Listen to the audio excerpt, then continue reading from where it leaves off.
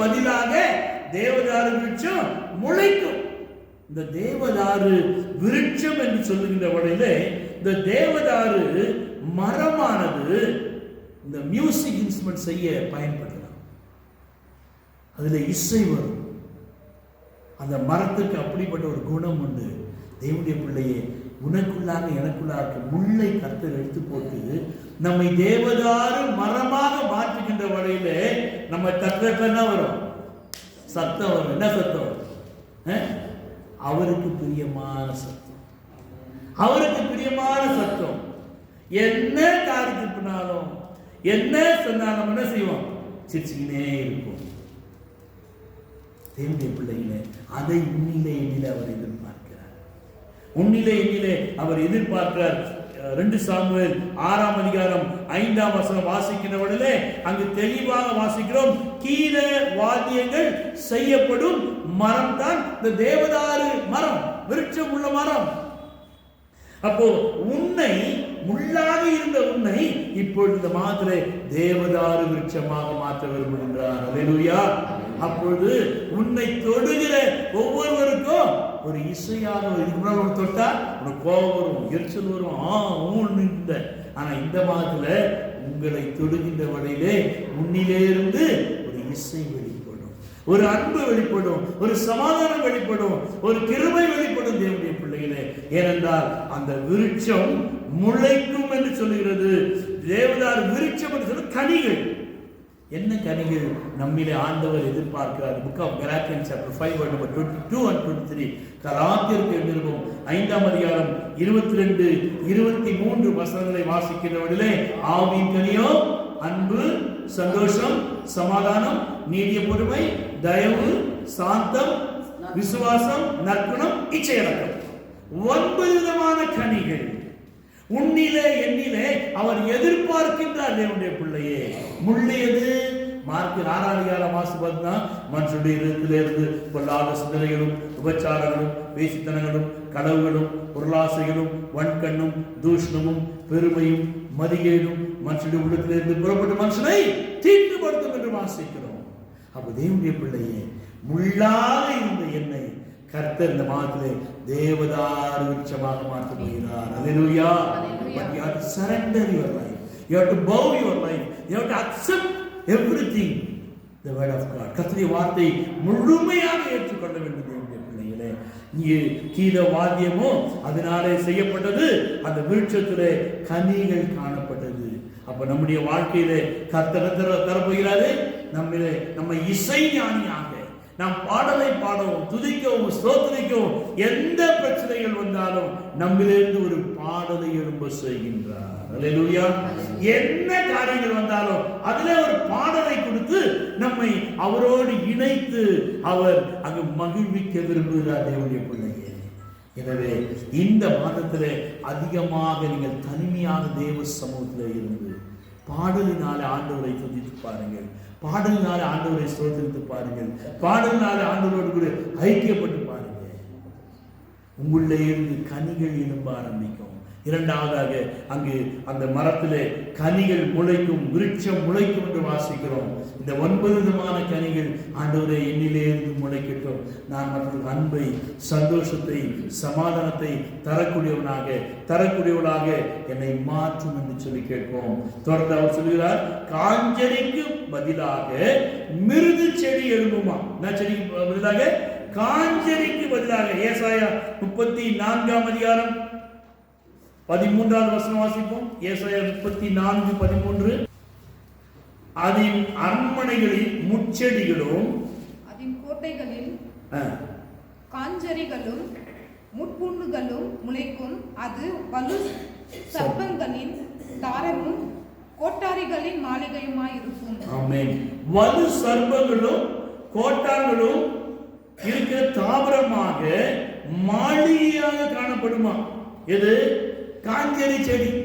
முதல்ல நம்ம யாரா இருந்தோம்? முள்ளா இருந்தோம். இப்போ அடுத்த சொல்றது காஞ்சரி. காஞ்சரினா அந்த தொட்டா நம்சல் இருக்கும் பாருங்க. ஆமா, தொட்டா சினிங்கி இல்லை. இது வந்துட்டு மேல பட்டது செய்யும், அரிக்கும். காஞ்சரி என்பது. ஆனா அந்த இடத்துல வலு சர்ப்பங்களும் கோட்டான் குஞ்சுகளும் அதுக்குதான் தாவரத்துல இடமா மாளிகையானது. அப்போ தேவனுடைய பிள்ளையே, உனக்குள்ளாக அந்த காஞ்சரி இருக்கும் என்றால் அப்ப அதுக்குள்ள யார் இருப்பாங்க? வலு சர்ப்பம் இருக்கும். வஞ்சிக்கிற ஆவி, சந்தேகத்தின் ஆவி, குழப்பத்தை உண்டாக்குகிற ஆவி, பிரிவினை உண்டாக்குகிற ஆவி. தேவனுக்கும் ஆதாமுக்கும் ஏவாளுக்கும் அது பிரிவினை உண்டாக்கிறது. எனவே இப்படிப்பட்ட காரியங்கள் உன்னை யாராவது கெடுக்கிறாங்களா? உன்னுடைய ஆவிக்கு ஜீவத்துல உன்னை கடவுளை விட்டு, சபையை விட்டு, ஐக்கியத்தை விட்டு பிரிக்க விரும்புகிறார்களா? தெரிஞ்சுனா யாருங்க? வலு சர்வத்தின் ஆவி. அது கோட்டான் குஞ்சு. நமக்கு அங்க என்ன செய்யணுங்க? இடம் இல்லை. நான் ஒருவேளை காஞ்சேரிக்கு இருந்திருக்கலாம், இது வரைக்கும் அப்படிப்பட்ட ஒரு ஐக்கியத்தில் இருந்திருக்கலாம். ஆனால் இப்பொழுதோ என்னை அவர் மிருது செடியாக எழும்ப அவர் விரும்புகின்றார். அல்லேலூயா.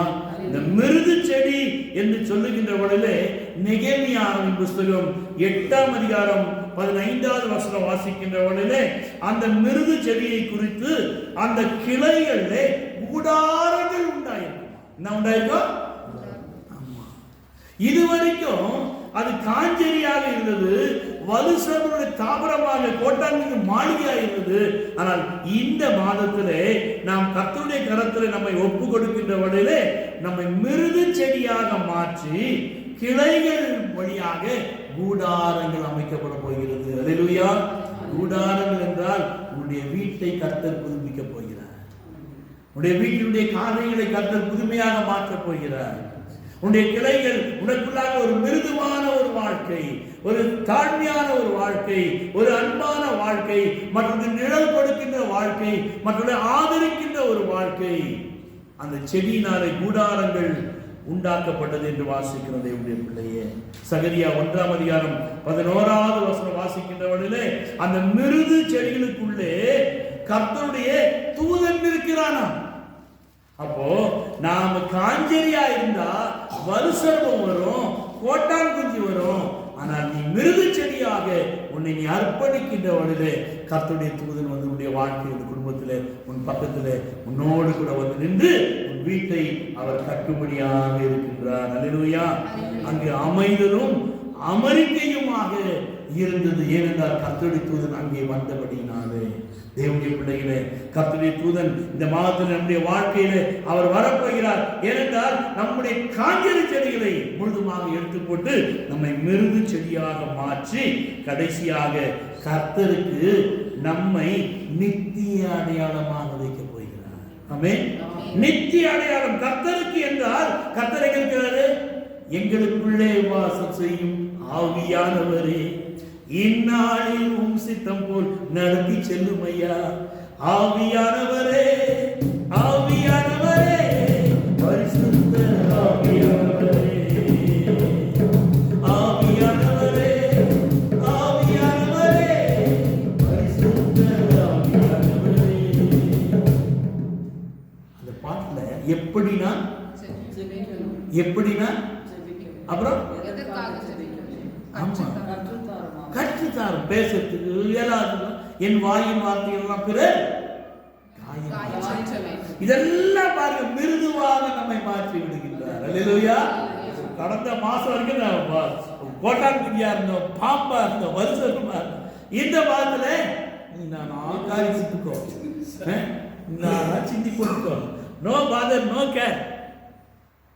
அப்பதான் நம்முடைய கூடார கட்டப்படும். நம்ம வீடு கட்டப்பட்டா வாயம் முடின்னு சோதரம் சோதரம் சோதரம் சோதரம் சோதரம் சோதரம் அவர் பார்த்துக் கொள்வார்.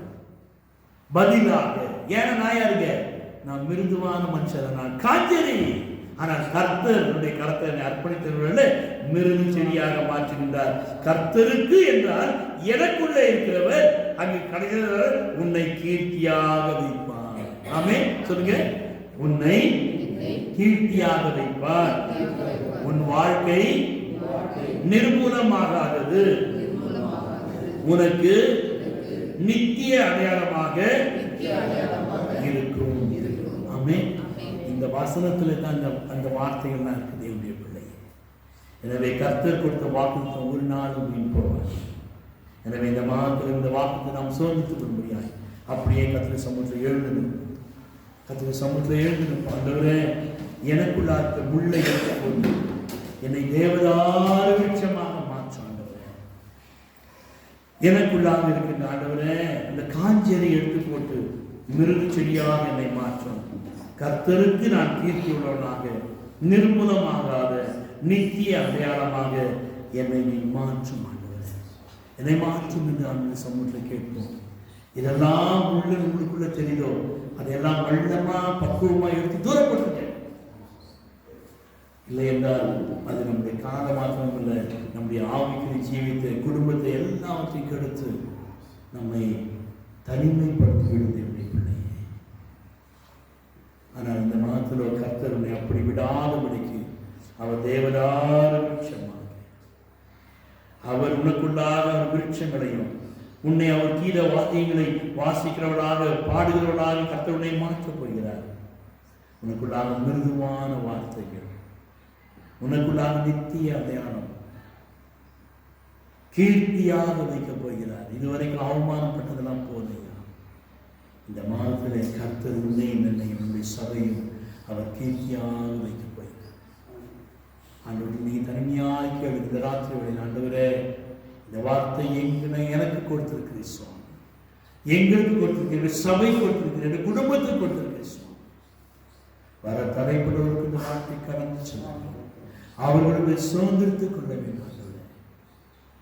இந்த மாதத்தில் நாங்கள் ஆண்டவரே அநேக கனிகளை பார்க்க போகிறோம், அநேக விருட்சங்களை பார்க்க போகிறோம், அநேக மிருதுவான காரியங்களை பார்க்க, எல்லாத்துக்கும் மேலாக நித்திய அடையாளத்தை பார்க்க போகிறோம். ஆண்டவரே கீர்த்தியை பார்க்க போகிறோம். அப்படிப்பட்ட கிருபைகளை நீர் எங்களுக்கு தாரும் ஆண்டவரே. மீன் கேட்டால் பாம்பை அருள்வாருண்டோ, கல் தின்ன கொடுக்கும் பெற்றோருண்டோ. மீன் கேட்டால் பாம்பை அருள்வாருண்டோ, கல் தின்ன கொடுக்கும் பெற்றோருண்டோ. கூட செய்கிறார் நற்பீதா நலம் அருள்வார். பொருளாதோர் கூட செய்கிறார் நற்பீதா நலம் அருள்வார். ரூபியே யுவேளையில் அணியாதெஞ்சும் வாரிரோ வாரிரோ. அரூபியே யுவேளையில் அணியாதெஞ்சும் வாரிரோ. பாரும் தந்தையே எந்தன் உள்ளத்தை யாரும் காணாமல் அதன் கோலத்தை.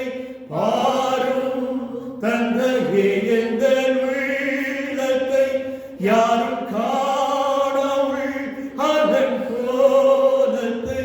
மனம் நொந்து மருளுகின்றேன், பரிசுத்தம் கெஞ்சுகின்றேன். மனம் நொந்து மருளுகின்றேன், பரிசுத்தம் கெஞ்சுகின்றேன். அருவியே யுவேளையில் அடியணையும் வாரிரோ வாரிரோ. அருவியே யுவேளையில் அடியணையும் வாரிரோ. தகப்பனே, இந்த மாலை பாடையில நாங்கள் எப்படி இருந்தோம், இந்த மாலை நாங்கள் எப்படி இருக்க போகிறோம், ஆவியானவர் எங்களோடு கூட இடைப்பட்டதற்காக நன்றி செலுத்துகிறோம். நாங்கள் முழுதான், நாங்கள் காஞ்சரி செடித்தான் வந்தோம்.